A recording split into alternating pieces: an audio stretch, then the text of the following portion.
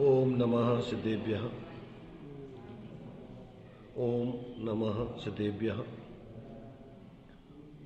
ओम नमः सिद्धेभ्यः। मंगलम भगवान वीरो मंगलम गौतम मुनि मंगलम कुंद कुंदाद्यो जैन धर्मोस्तु मंगलम। सर्वमंगल मांगल्यम सर्वकल्याणकारकम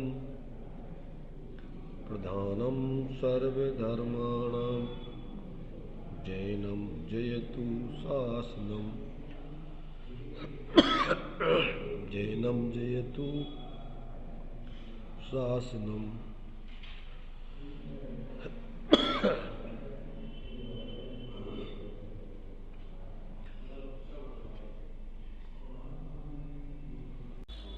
वंदितो सर्वसिद्धि ध्रुवमचलमनोगमंगलिंपत्ति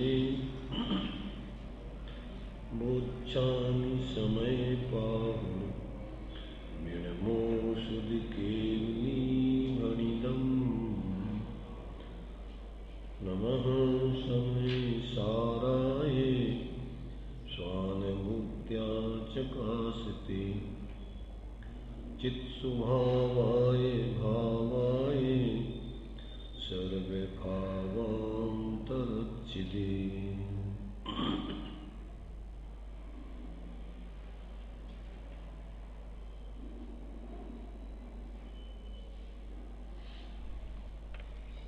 समय सार जी की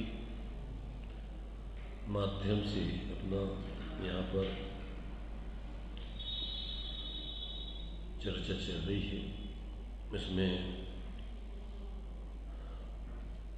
116 से लेकर के 125 गाथा तक जो अजीव और जीव के लिए परिणामी पना सिद्ध किया गया है, उस विषय को यहाँ पर अपन समझ रहे हैं। परिणामी पना भी यहाँ पर सर्वथा नहीं है, कथनचित परिणामी पना, ये अपन को बहुत समझना जरूरी है।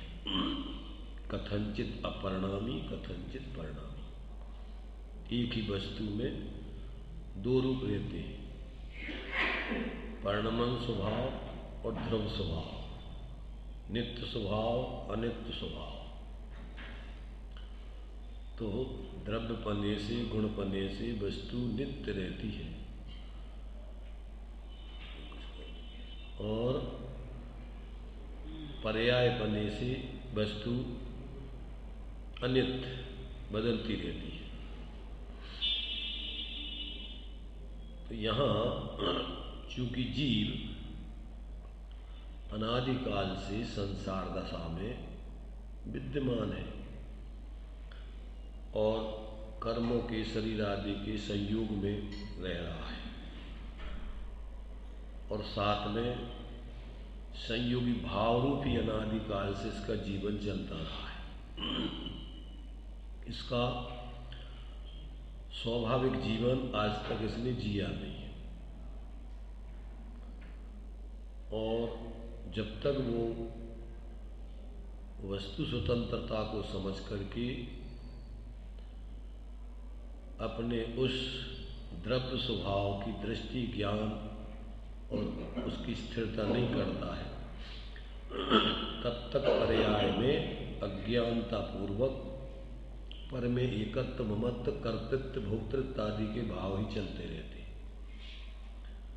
समय सार जी का पहला अधिकार एकत्व, ममत्व, और ये दूसरा अधिकार अपन पढ़ रहे जो कर्ता कर्म अधिकार, तो कर्तृत्व, भोक्तृत्व, पर का,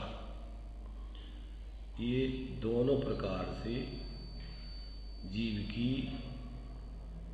भूल है, अज्ञानता है। जब तक इसको नहीं समझता है कि हम पर रूप नहीं हैं, पर के कर्ता धर्ता नहीं है, पर हमारे रूप नहीं है, पर हमारे कर्ता धर्ता नहीं है। प्रत्येक जीव अपने रूप ही रहता है, जीव रूप ही रहता है और अपने ही भावों का कर्ता होता है। अब अज्ञान दशा में वो क्या कर रहा है? अज्ञान भावों को कर रहा है। अज्ञान भाव माने क्या? मिथ्यात, अज्ञान, कसाय आदि के भाव, यानी ऐसा कहो मिथ्या दर्शन, ज्ञान, चारित्र के परिणाम उसके चल रहे हैं। कौन चला रहा है? वो जीव स्वयं। कोई कर्म या कोई ईश्वर या कोई पर उसको इस प्रकार मिथ्या दर्शन, ज्ञान, चारित्र रूप परिणमन नहीं करा रहा है। ये अपनी ही मूर्खता से, अपने ही अविवेक से इस प्रकार का परिवर्तन इसका चल रहा है। अब ये अगर चाहे तो इसकी होनहार अगर अच्छी हो तो इसको संगी पंचेंद्रीय पर्याय प्राप्त हो जावे तो उसमें ये जीव फिर भगवान जिनेंद्र के द्वारा बताए हुए वस्तु स्वरूप को समझकर और परावलंबन वाली वृत्ति को छोड़कर स्वावलंबन वाली वृत्ति को ग्रहण करके स्वाश्रित जीवन जिए तो यहाँ से उसके धर्म का मार्ग, शांति का मार्ग, सुख का मार्ग प्रारंभ होकर और पूर्ण अपने स्वाश्रित जीवन को प्रकट करके उस परमात्म दशा जिसको अपन मोक्ष दशा कहते हैं, पूर्ण निराकुल दशा, वो दशा प्राप्त कर ले तो इसका अनादिकालीन चतुर्गति का पंच परावर्तन रूप परिविभ्रमण और इसका पर्याय में आकुलता रूप दुख का अभाव होकर पूर्ण स्वाश्रित निराकुलता रूप सुख, शांति, आनंद की प्राप्ति हो जाए। अब उसी बात को अपन यहाँ पर समझ रहे कि यदि जीव एकांत से अपरिणामी होगा तो उसके फिर क्या है? वस्तु स्वरूप की सिद्धि नहीं होती, संसार मोक्ष की सिद्धि नहीं होती। और यदि एकांत से परिणामी हो तो फिर वस्तु का नाश ही हो जाता है, एक वस्तु दूसरी वस्तु रूप हो जाती है, इसलिए उसमें भी फिर क्या है? प्रयोजन सिद्ध नहीं होता है। तो यहाँ पर जीवों को या द्रव्यों को कथनचित परिणामी, कथनचित अपरिणामी बताकर और अपने ही उस द्रव्य स्वभाव का ज्ञान करा करके और उसका अवलंबन पूर्वक पर्याय में पराश्रय की वृत्ति, पराधीनता की वृत्ति ये जीव छोड़े तो सुखी हो जाता है। इस बात को अपन ने अभी यहाँ पर जो द्रव्य संग्रह जी में दूसरा अधिकार 7 तत्व 9 पदार्थों का है, इसमें प्रश्नोत्तर उठा करके कि अगर एकांत से अपरिणामी माने, परिणामी माने क्या दोष आएगा, अथवा जो पुण्य पाप जैसे 7 तत्वों में गर्भित करके और 9 की जगह 7 कर दिए, वैसे ही यदि 7 को भी और अभेद दृष्टि से अगर 2 में मिला दिए जाए तो जीव अजीब 2 ही बचेंगे, तो कहते प्रयोजन की सिद्धि नहीं होगी, हे उपादेय तत्वों की सिद्धि नहीं होगी। और बिना हे उपादेय तत्वों के संसार मोक्ष मार्ग, संसार मार्ग भी सिद्ध नहीं होता है। इसलिए अपन को ये प्रयोजनभूत 7 तत्वों का स्वरूप समझना जरूरी है, 9 पदार्थों का स्वरूप समझना जरूरी है। इसको समझे बिना मोक्ष मार्ग की सिद्धि नहीं होती, मोक्ष की सिद्धि नहीं होती, संसार मार्ग और संसार की भी सिद्धि नहीं होती। तो उससे फिर क्या है? जीव जो लोक में ऐसे जो मान्यता वाले हैं, सांख्यमती, बौद्धमती, वो इस प्रकार के अज्ञानता वाले विपरीत मतों की मिथ्या दृष्टि पने की गृहीत मिथ्यात्व की सिद्धि होती है और उससे जीव का कोई कल्याण सिद्ध नहीं होता है। भटकने के अलावा और कोई काम नहीं। मान लेने से अपने को शुद्ध बुद्ध मान करके और अपरिणामी मान करके अपन भगवान ही है और ये सब भ्रम है। संसार आत्मा का है ही नहीं, तो कहते तुम्हारा भ्रम है ही, आत्मा का तो संसार चल रहा है पर्याय में। जब तक ये जीव अपने भ्रम को तोड़कर और अपनी परिणति में स्वाश्रय को ग्रहण करके संबंध निद्रा पूर्वक मोक्ष की सिद्धि नहीं करे, तब तक इसका पर्याय में दुख के अभाव का, सुखी होने का प्रयोजन सिद्ध नहीं होता है। इसका जो भटकाव है अनादिकाल का वो चलता ही रहेगा। अब ये अपन ने यहाँ पर संसार मार्ग,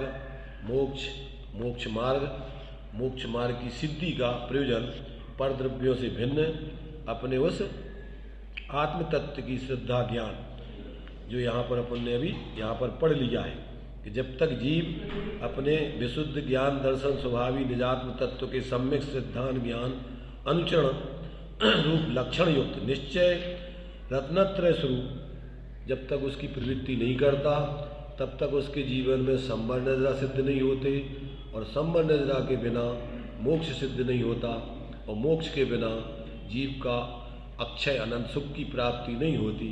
इसलिए अपन को ये हे उपादेय तत्वों की दृष्टि से 7 तत्व 9 पदार्थों को यहाँ समझना जरूरी है। अब आगे जो यहाँ पर को 5 तरीके से समझने की विवक्षा बतलाई थी, शब्दार्थ, नयार्थ, मतार्थ, आगमार्थ, भावार्थ, तो अब ये हे उपादेय पने की तो बता दी। अब इसमें कौन जीव कौन से इन 7 तत्वों में या 9 पदार्थों में किसका करता है, जीवों में कौन जीव किन पदार्थों का करता है, अब वो बात भी यहाँ पर स्पष्ट की है।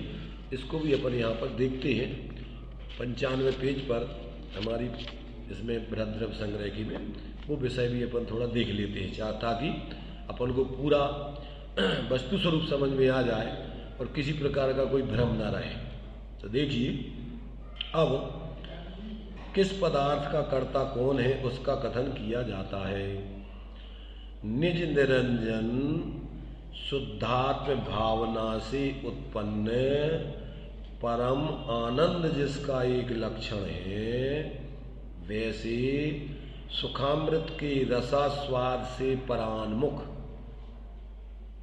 क्या कह रहे, निज निरंजन शुद्धात्म भावना, कौन सा, अपना मूल स्वभाव आत्मा का। श्रीमद जी कहते हैं आत्म भावना भावते भावते जीव लहे निर्माण। इसी अपने स्वरूप की भावना मतलब उसी स्वरूप का अवलंबन करके ही जीव मोक्ष को प्राप्त करता है, और स्वरूप को भूल करके चतुर्गति में भटकता है। तो जो अपना स्वरूप बताया उन्होंने, और सब ग्रंथों में मूल स्वरूप शुद्ध बुद्ध चैतन्य घन स्वयं ज्योति सुखधाम, और बीजू कहिए केटलू कर विचार तो पाम। विचार भावना लीनता करने से कल्याण होता है।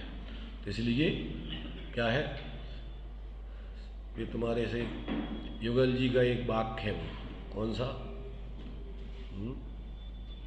सा वाक्य है, आत्मा का क्या है, प्रतिक्षण करो रे भाव, चैतन्य का स्मरण प्रतिक्षण करो रे, भाव के अनंत दुख क्षण में हरो रे।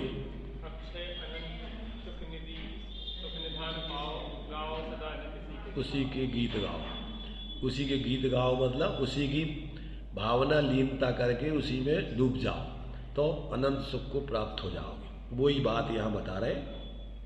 मिथ्या दृष्टि कैसे बनता है जी, निज निरंजन शुद्धात्म भावना से उत्पन्न परम आनंद जिसका एक लक्षण है, वैसे सुखामृत के रसास्वाद से परान्मुख जीव बहिरात्मा कहलाता है। जहाँ अपने स्वरूप को भूले कि संसार खड़ा, और जहाँ अपने स्वरूप का स्मरण उसी का ध्यान उसी की लीनता, वहाँ संसार खत्म। तो अपनी तरफ झुक जाओ तो पार उतर जाओ, और पर की तरफ झुकते रहो तो चतुर्गति में घूमते रहो। तो ये बस इतना सा काम है। तो ये यहाँ पर कह रहे हैं कि बहिरात्मा कौन है, कि जो अपने ऐसे स्वरूप को भूल करके बाहर परान्मुख रहता है वो बहिरात्मा।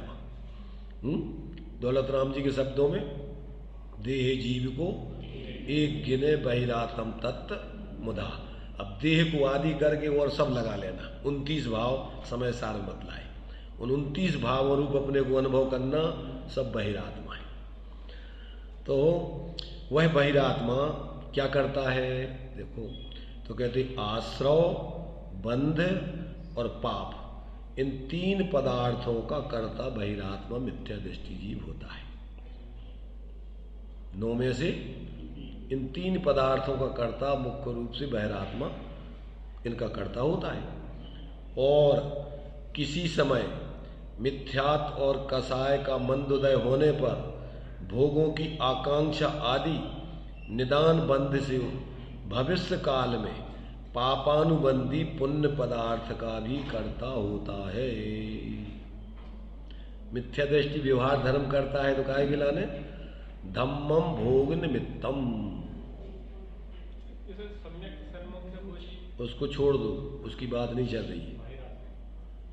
ये जो बहिरात्म पने को धारण करके जी रहा है, चाहे साधु बन जाओ और चाहे विद्वान बन जाओ और चाहे घर गृहस्थी में बने रहो, पर निरंतर उसकी भोगों की आकांक्षा, विषयों की आकांक्षा, संयोगों की आकांक्षा, ख्याति लाभ पूजा की आकांक्षा, ये सब बहिर्मुक्ता वाली रुचि उसकी चलती रहती, निदान करता रहता है।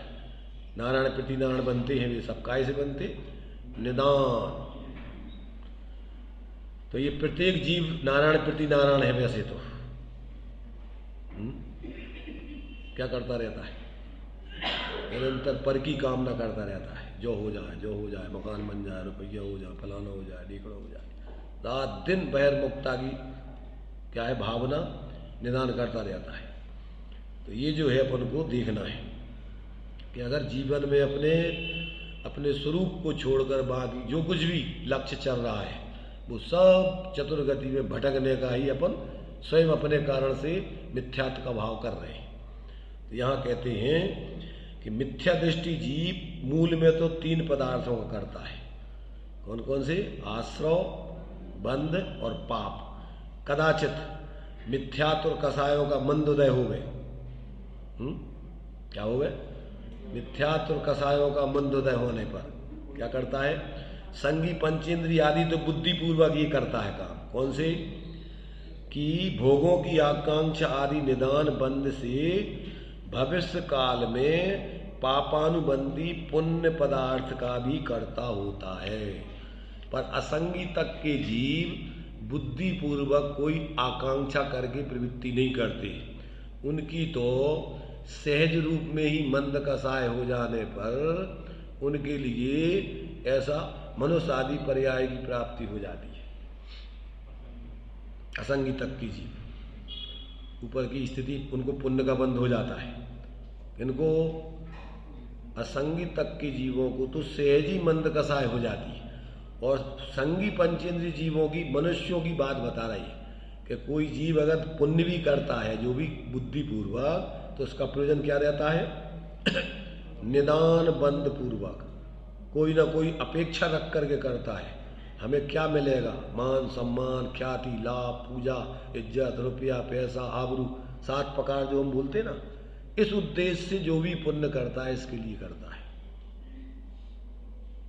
मुनिराज भी है अगर जो ख्याति लाभ पूजा आदि चाहे धर करे विविध विध देह दाह आत्म अनात्म के ज्ञानहीन जे जे करनी तन करत छीन ते सब मिथ्या चारित्र त्याग अब आत्म के हित पंथ लाग जग जाल भ्रमण को देहु त्याग अब दौलत निज आत्म सुपाग। आत्मा की दृष्टि ज्ञान लीनता को छोड़ के बाकी जिस अभिप्राय से जो भी कार्य किए जाएं वो सब संसार के कारण है। चाहे व्रत करो, चाहे उपवास करो, चाहे दान दो, चाहे जो भी करो, अगर स्वरूप के लक्ष्य से नहीं किए जा रहे, स्वपरहित की दृष्टि से नहीं किए जा रहे और अन्य किसी प्रयोजन से किए जा रहे, वो सब संसार को बढ़ाने का कार्य कर रहे हैं। ये अपने अंदर खुद को सबको समझ लेना। अपन किसके उद्देश्य से कर रहे हैं, वो उद्देश्य आपका आपने बनाया है, किसी को जरूरत नहीं है। तुम्हारे मिथ्याभिप्राय की किसी को जरूरत नहीं है और तुम्हारी व्यवस्था की भी किसी को जरूरत नहीं है। सब प्रत्येक व्यक्ति अपने अपने उदय का भोगता है व्यवहार में, और परमार्थ से तो अपने ही पुरुषार्थ से अपने स्वरूप की आराधना करता है। किसी की कृपा से आत्मकल्याण नहीं होता है और किसी के श्राप से, बाहर से पाप आदि का उदय, उसके फल को नहीं, दुख को नहीं भोगता है। कैसे भोगता है दुख? अपने ही बांधे हुए पूर्वगत कर्म के पाप के उदय में बाह्य प्रतिकूल परिस्थिति बनती हैं और अपने ही पुण्य के उदय में बाह्य अनुकूल परिस्थिति बनती हैं और अपने ही सम्यक तत्व का निर्णय करके स्वरूप आराधना से धर्म की स्थिति बनती है। सब में पूर्ण स्वाधीनता है, किसी में पराधीनता नाम की कोई चीज नहीं है। इसलिए रोने धोने की जरूरत नहीं है, किसी प्रकार से और किसी अपेक्षा से बहिर्मुखता धारण करके अपने जीवन को बर्बाद करने की जरूरत नहीं है। अपन सोचे कि भैया हम नहीं करेंगे, तो ये सब तुम्हारा भ्रम है। कोई किसी का करता धरता नहीं है, समझ रहे ना। ये सिद्धांत है स्वयं की, ये जो कर्म सुभाषो फल निश्चय ही वेदेते, स्वयं करे फल अन्य दे, तो स्वयं की ये निष्फल होती। अपने कर्म सिवाय जीव को कोई न फल देता कुछ भी, पर देता है यह विचार तज स्थिर हो छोड़ प्रमादी बुद्धि। ये मिथ्या भ्रम छोड़कर अपने स्वरूप की आराधना में लगना चाहिए, किसी भ्रम में नहीं रहना चाहिए। न तो आदमी बहानेबाजी करके हम क्या करें, हम ऐसा है और वैसा है, ये सब तेरी अपनी आत्मा को ठगने की बात है। इसमें किसी दूसरे को नहीं ठग रहे। तो देखिए ये बहिरात्मा जीव मूल में 3 पदार्थों का कदाचित निदान बंद आदि पूर्वक पुण्य भी करता है, तो वो भी उसको भोग माने धम्मम भोग निमित्तम, जो धर्म करता है व्यवहार धर्म काय के लिए, बाहर से संसार में ही फंसे रहने के लिए, भोगों के लिए, ख्याति लाभ पूजा आदि के लिए, इसके उद्देश्य से करता है और कोई दूसरा उसका लक्ष्य नहीं होता है। जो पूर्वोक्त बहिरात्मा से विपरीत लक्षण वाले सम्यक दृष्टि जीव हैं, वह तो संबर निर्जरा और मोक्ष इन 3 पदार्थों के कर्ता होते हैं। आगे परिस्थिति देखिए, जब विषय कषायों से उत्पन्न दुर्ध्यान से बचने के लिए निचली भूमिका में, जब वह रागादि विभाव रहित परम सामायिक में स्थिर होने में समर्थ नहीं होता है, तब विषय कषायों से उत्पन्न दुर्ध्यान से बचने के लिए संसार की स्थिति का छेद करता हुआ पुण्यानुबंधी तीर्थंकर नाम कर्म की प्रकृति आदि विशिष्ट पुण्य पदार्थ का भी कर्ता होता है। कौन? सम्यक दृष्टि जीव का वो, कि जब वो अपने स्वरूप में ध्यान में एकाग्र नहीं हो सके, तो पाप से बचने के लिए, विषय कषाय रूप दुर्ध्यान से बचने के लिए वो बुद्धिपूर्वक शुभ कार्यों में भी लगता है। ये सम्यक दृष्टि जीव की परिस्थिति है। और जितने भी ऊपर के साधक हैं, मुनिराज आदि हैं, जब वे ध्यान में नहीं रह पाते हैं तो फिर 28 मूल आदि के पालन में शुभोपयोग में आते हैं। इसलिए मुनिराजों को 2 प्रकार का उपयोग है, शुद्धोपयोगी भी मुनि, शुभोपयोगी भी, अशुभोपयोगी नहीं होती। इसलिए बराबर ही अपन को समझ लेना चाहिए। तो ये कर्तृत्व के विषय में अपन ने मिथ्या दृष्टि सम्यक दृष्टि का इन 9 पदार्थों का कर्तृत्व यहाँ बता दिया। जीव तो वे हैं ही, अजीब का ये संयोग रूप में अभी इसमें बता रहे हैं, कर्तृत्व इसमें और फलान।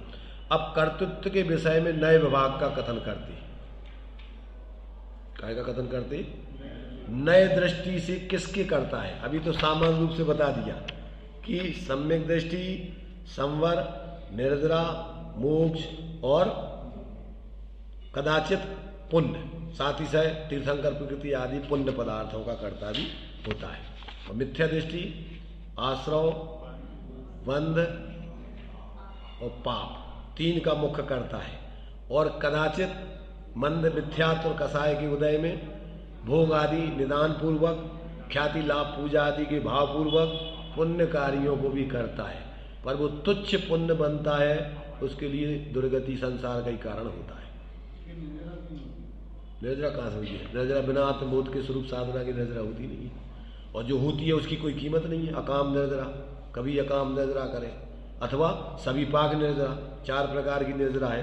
तो मिथ्या दृष्टि या तो कभी अकाम निर्जरा करता है तो भवनत्रक आदि में चला जाता है, और या फिर सभी पाक निर्जरा होती है गज स्नान में, उधर स्नान करता है, इधर धूल डाल करके फिर छवा लेता है। ऐसे ही जो कुछ भी प्रवृत्ति है उसकी, वो सब गज स्नान मत माने आत्मकल्याण का हेतु नहीं बनती। जो अभी पाक निर्जरा और सकाम निर्जरा है, उस सम्यक दृष्टि की जीवन में ही होती है। अब कर्तृत्व के विषय में नए विभाग का कथन करते हैं। कौन से नए का माने अपन कौन किस नए से क्या कर रहा है, उसको किस रूप में उसको कौन सा नए कहा जाता है, वो इसका स्पष्टीकरण। मिथ्या दृष्टि जीव को पुद्गल रूप जो द्रव्य के पर्याय रूप हैं, ऐसे जो आश्रव बंध पुण्य और पाप पदार्थ जो संग्रह माने उसके जीवन में जो संयोग रूप में होते हैं, उनका कर्तृत्व अनौपचारिक असद्भुत व्यवहार नए से जानना चाहिए। निमित्त नैमित्तिक संबंध से मिथ्या दृष्टि जीव के भावों के निमित्त से जो कर्मों का आश्रय होता है, बंध होता है, पाप का पुण्य आदि का, तो वो क्या है, उसका कर्ता कैसा कहा जाएगा? अनौपचारिक असद्भुत व्यवहार नए से जीव को उनका कर्ता कहा जाएगा। कौन सी नए से? अनौपचारिक असद्भुत व्यवहार नए। अनौपचारिक का मतलब एक क्षेत्रावगाही संबंध शरीर आदि है, कर्म आदि है, ये अनौपचारिक कहलाते हैं। इनको अपन बुद्धिपूर्वक इन संयोगों को अलग नहीं कर सकते। कर्मों का जो बंध हुआ है उसको अपन अलग नहीं कर सकते, शरीर को भी अलग नहीं कर सकते, पर है वो पर असद्भुत आत्मा की सत्ता से भिन्न है। इसलिए अनौपचारिक, क्योंकि वो बहुत नजदीकी घनिष्ठ संबंध है उनका, इसलिए अनौपचारिक है। और असद्भुत इसलिए कि आत्मा की सत्ता से वो सत्ता रूप नहीं है, इसलिए असद्भुत। उपाधि तो अभी आगे की बात है, अभी तो पहले उनका स्वरूप बता रहे हैं कि तुम्हारी सत्ता से भिन्न है वो। अभी उपाधि है तो आगे आश्रय नहीं, आश्रय करने की अपेक्षा है। तो ये अपने आत्मा से भिन्न है। कौन? कर्म शरीर आदि। पर चूंकि एक क्षेत्रावगाही संबंध है, उनको आप ऐसे नहीं जैसे कपड़े छोड़ करके दीक्षा ले लो, ऐसे शरीर को अलग करके दीक्षा नहीं ली जा सकती, कर्मों को अलग करके दीक्षा नहीं ली जा सकती। वे आपके आत्मा के प्रदेशों में ही विद्यमान रहेंगे, पर उनसे भेद विज्ञान करके आप उनसे अपने को अलग अनुभव कर सकते हो, पर संयोग रूप में उनका भी आप त्याग नहीं कर सकते। हाँ, एक क्षेत्रावगाही संबंध कहते हैं उसी को संश्लेष संबंध कहो, एक क्षेत्रावगाही संबंध कहो। अब ये तो अनौपचारिक असद्भुत व्यवहार में से। अब कहते हैं कि जो जीव के भाव रूप पर्याय जो आश्रव बंध पुण्य और पाप पदार्थ हैं, उनका कर्तृत्व अशुद्ध निश्चय नए से जानो।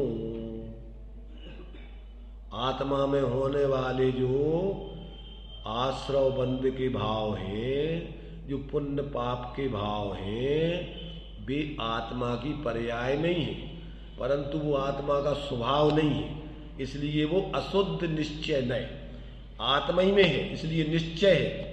अगर व्यवहार से कहना है तो उपचरित सद्भुत व्यवहार कहते हैं उसी को अगर व्यवहार दृष्टि से विचार करें तो क्या है?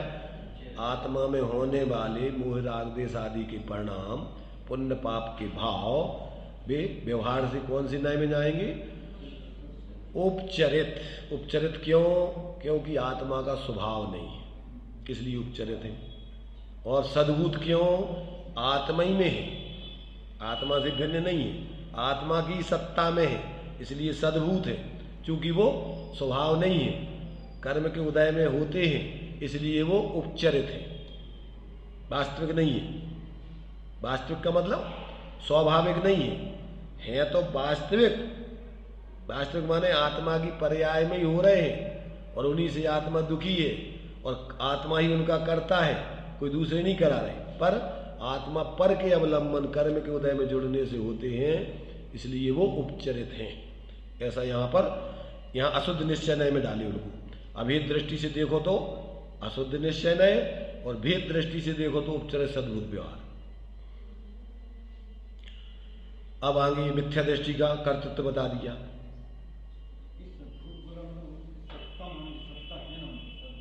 उनकी सत्ता नहीं, उनकी सत्ता नहीं, किनकी? आत्मा में ही है वे, आत्मा से अलग नहीं है वे। सत्ता तो सबकी है। क्या किया जा सकते?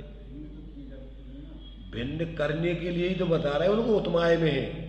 अगर तुम्हारे में नहीं होते तो भिन्न काय को करना, भी तो अलग ही है, तुम्हें जरूरत क्या करना पड़ रही इसकी। बीमारी है तो बीमारी तुम्हें है कि और तुम अलग है तुमसे? तुम्हें ही है, पर तुम्हारा कोई अंग नहीं, तुम्हारा स्वभाव नहीं, स्वास्थ्य नहीं, इसलिए उसको निकाल देने लायक है। ऐसे ये आत्मा के बेकारी परिणाम है।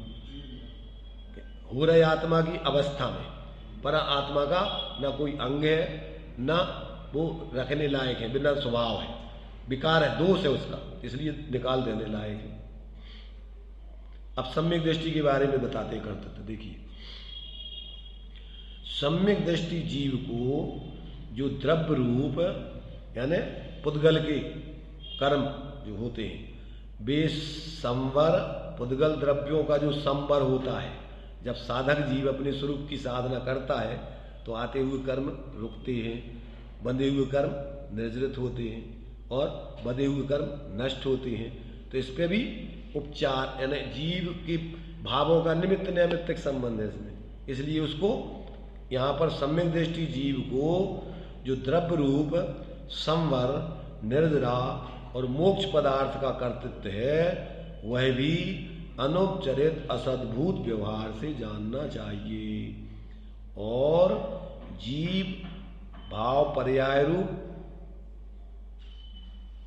एक मिनट, पुण्य पाप सम्यक दृष्टि जीव को द्रव्य रूप संवर, निर्जरा और मोक्ष पदार्थ कर्तृत्व है, वह भी अनुपचरित असद्भुत व्यवहार में से। और जीव भाव रूप, भाव पर्याय रूप संवर, निर्जरा, मोक्ष पदार्थों का कर्तृत्व विवक्षित एक देश शुद्ध निश्चय नए से जानना चाहिए। देखो, इसमें इन्होंने निश्चय नए के 3 भेद किए, 4 नहीं किए, 4 नहीं किए हैं, 3 किए हैं। तो इसमें क्या कर दिया इन्होंने कि एक देश शुद्ध निश्चय नए में मोक्ष को भी लिया है, संवर को भी लिया है, निर्जरा को भी लिया है। इन्होंने जो अपन अभी नयों में पढ़ते हैं, 4 पढ़ते हैं, कौन से? निश्चय नय की 4 भेद पढ़ते हैं। कौन कौन सी? अशुद्ध निश्चय नय, एक देश शुद्ध निश्चय नय, साक्षात शुद्ध निश्चय नय, या शुद्ध निश्चय नय कहो या साक्षात निश्चय नय, और परम शुद्ध निश्चय नय। यहाँ इन्होंने परम शुद्ध निश्चय नय नहीं लिया है। एक देश और शुद्ध निश्चय नय में वो परम शुद्ध निश्चय नय का विषय ले लिया, और एक देश में आत्मा की पर्याय में होने वाली शुद्धता, एक देश शुद्धता हो चाहे पूर्ण शुद्धता हो, दोनों को ले लिया है। काहे में? वो एक हिस्सा है आत्मा का, इसलिए उसमें एक देश शुद्ध निश्चय नय में उसको ले लिया, और परम शुद्ध निश्चय नय में आत्मा की त्रैकालिक स्वभाव, द्रव्य स्वभाव को ले लिया। तो ये विवक्षा समझ लेना, कोई अंतर इसमें, कोई माने वस्तु स्वरूप में अंतर नहीं पड़ता है। रहने दो, छोड़ दो उसको भी। तो इस यहाँ 3 उनके 3 विभाग कर दिए, 4 विभाग नहीं किए निश्चय नय के। क्या नहीं किए? निश्चय नय की यहाँ पर 4 विभाग नहीं किए। कितने किए? तीनों में ही चारों के विषय को समेट लिया है, इसलिए यहाँ पर अपन को विवक्षा समझना। तो यहाँ पर ये कहते हैं कि जो जीव में होने वाले जो संवर, निजरा और मोक्ष पदार्थ रूप भाव हैं, वह अनौपचारिक सद्भूत व्यवहार नए से जानना चाहिए। अथवा अपन ये तो तुम्हारे से संयोग रूप है, और तुम्हारे से जीव भाव रूप संवर, निजरा और मोक्ष पदार्थ का कर्तृत्व विवक्षित एक देश शुद्ध निश्चय नय, अथवा अपन दूसरी विवक्षा में एक देश शुद्ध निश्चय नय को संवर निजरा में लो और मोक्ष को निश्चय नय में लो, और फिर द्रव्य स्वभाव को परम शुद्ध निश्चय नय में। पर यहाँ पर वो 4 भेद नहीं किए, इसलिए संवर, निजरा और मोक्ष को एक देश शुद्ध निश्चय नय में और परम शुद्ध निश्चय नय के विषय को निश्चय नय में ले लिया है, ऐसा समझना।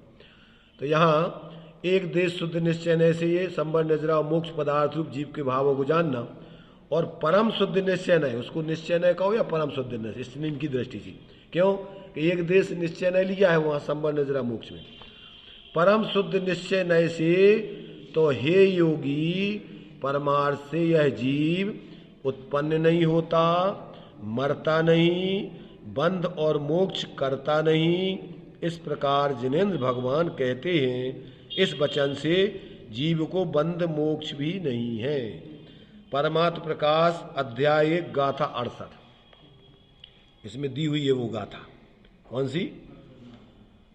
परम शुद्ध निश्चय ऐसी नबी उपजई नबी मरई बंधु न मोखु करेई जीव परमत्थे जोइया जिणवरु ए उभड़ेई। ये काय में है? ये योगेंद्र देव ने परमात्म प्रकाश ग्रंथ में अध्याय 1 की 68वीं गाथा में लिखा। कौन से नय से? परम शुद्ध निश्चय नय माने द्रव्य दृष्टि से द्रव्य न उत्पन्न होता है, न नष्ट होता है, न बंधता है, न छूटता है। कौन? द्रव्य स्वभाव।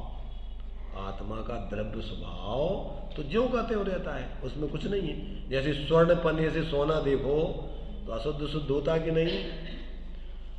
स्वर्ण पन्ने से सोना चाहे संयोगों में रहो और चाहे अलग कर दो, परंतु स्वर्ण पन्ने से वो ज्यों का त्यों, उसमें कोई अंतर नहीं पड़ता। ऐसे जीवत्व पने की दृष्टि से जीव को देखो तो जीव ज्यों का त्यों जीव ही रहता है, चैतन्य स्वरूप ही रहता है, अन्य रूप नहीं होता है। तो वो दृष्टि अलग है। जैसे हम दृष्टांत के रूप में बोलते ना कि पानी पने की अपेक्षा ज्यों का त्यों रहता है, परंतु अवस्था में गर्म भी होता है, ठंडा भी होता है। टोडरमल जी ने दृष्टांत क्या दिया कि पानी को तुम उसका शीतल स्वभाव मान करके और गर्म पानी का पान करोगे तो क्या होगा? जलोगे, मरोगे। ऐसे ही संसारी अशुद्ध आत्मा को द्रव्य स्वभाव से आत्मा जैसा शुद्ध एक रूप है, पर्याय में वैसे ही मान के अपने को सुखी जानोगे, मानोगे तो चतुर्गति में परिभ्रमण करते रहोगे, दुख भोगोगे, सुख प्राप्त नहीं कर सकते।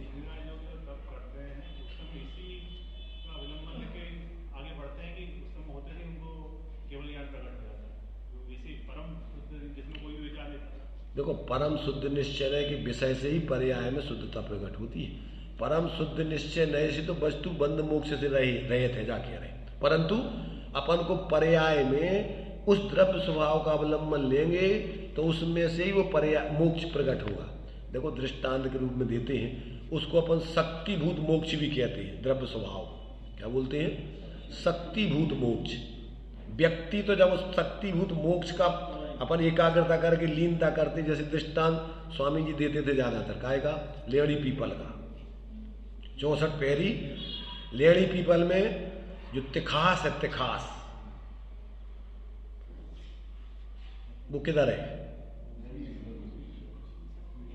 अभी शक्ति रूप उसमें विद्यमान है, व्यक्ति नहीं है उसकी। जैसे दूध में घी है, नहीं है प्रकट, शक्ति है। पाषाणेषु यथाहे में दुग्ध मध्य यथा घृतम तिल मध्य यथा तेलम देह मध्य तथा सेवा अयमात्मा शरीरेषु यो जानाति स पंडिता। प्रत्येक आत्मा में परमात्मा बनने की सामर्थ्य विद्यमान है पर्याय में। अब जब उसका उस अपने स्वभाव का अवलंबन मैंने ध्यान करके एकाग्रता करोगे तो उसी में से शक्ति व्यक्त होगी। जैसे 64 पैरी पीपल को तुम घिसते रहोगे तो काय में से आएगी? वो चिरपराहट, सिलबट्टा मशीन में से, बांटने वाले में से, काय में से निकलेगी। ऐसे ही जब अपना उपयोग अपन अपनी आत्मा की एकाग्रता करके ध्यान लगाएंगे तो उसी में से अपनी निराकुलता, शांति, अनंत दर्शन, सुख, वीर आदि उसी में से प्रकट होंगे, बाहर से नहीं। अन्य किसी प्रकार का अवलंबन प्रवृत्ति करते रहो, कुछ नहीं जीवन में शांति आएगी। जब तक आप निर्विकल्प होकर स्वावलंबी जीवन नहीं जियोगे, अपने उस एकत्र भक्त आत्मा का ध्यान, तब तक जीवन में न तो सम्यक प्रकट होता है, न मोक्ष मार्ग की सिद्धि होती। इसलिए इसी में अपन ने पढ़ाएंगे कि वो मोक्ष मार्ग कहाँ प्रकट होता? ध्यान अवस्था में। दुवियम पि मोक्षेयम झाणे पाऊ नदी जमुनि नियमा तम्मा पयत चित्ता यूयम झाणम समर्पस है। क्या दिया आचार्य देव ने? दोनों प्रकार के मोक्ष मार्ग की सिद्धि। कौन से दोनों प्रकार? निश्चय और व्यवहार। दोनों प्रकार के मोक्ष मार्ग की सिद्धि कहाँ होती है? ध्यान अवस्था में होती है। अपने उस एकत्र भक्त आत्मा की एकाग्रता करने पर उसमें प्रकट होती है। इसलिए हे भव्य जीवो, अगर तुम दोनों प्रकार का मोक्ष मार्ग प्रकट करना चाहते हो तो अपने उस आत्मा का ध्यान करो।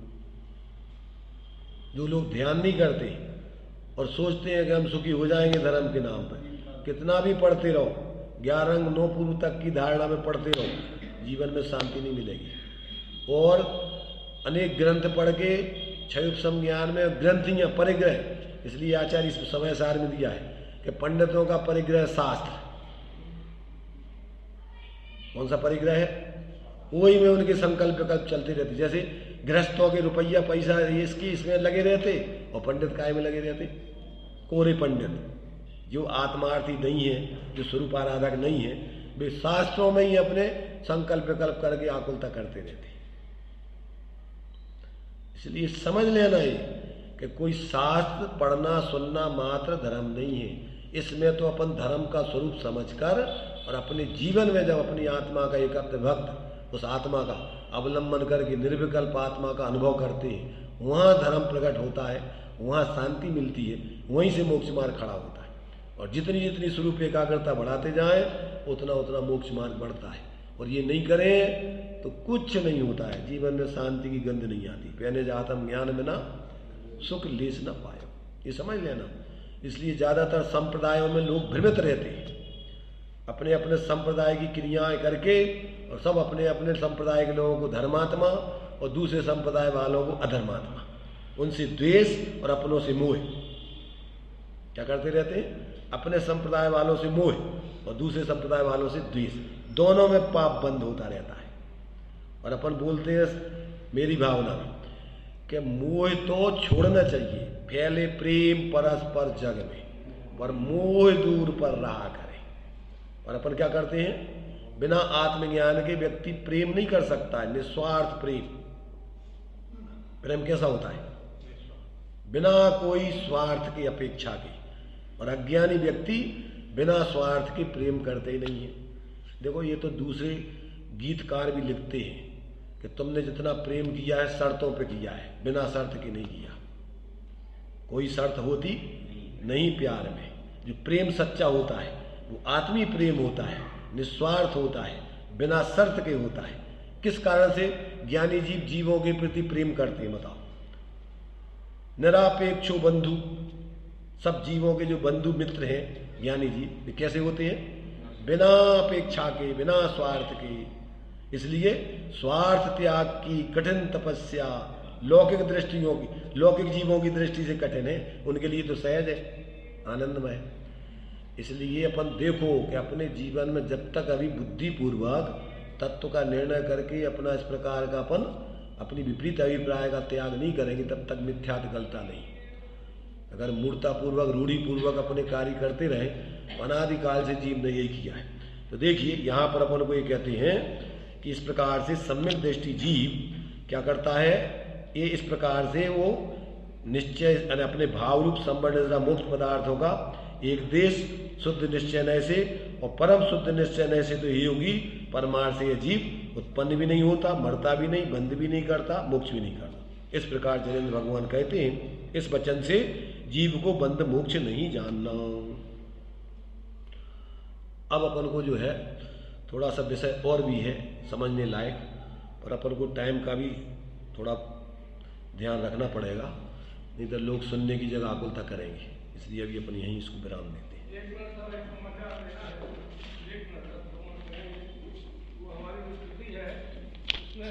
MA इंग्लिश ऑनर्स की परीक्षा दी थी अहमदाबाद से, तो पास हो गई है। उसको परसों कॉन्वोकेशन में गोल्ड मेडल मिला है।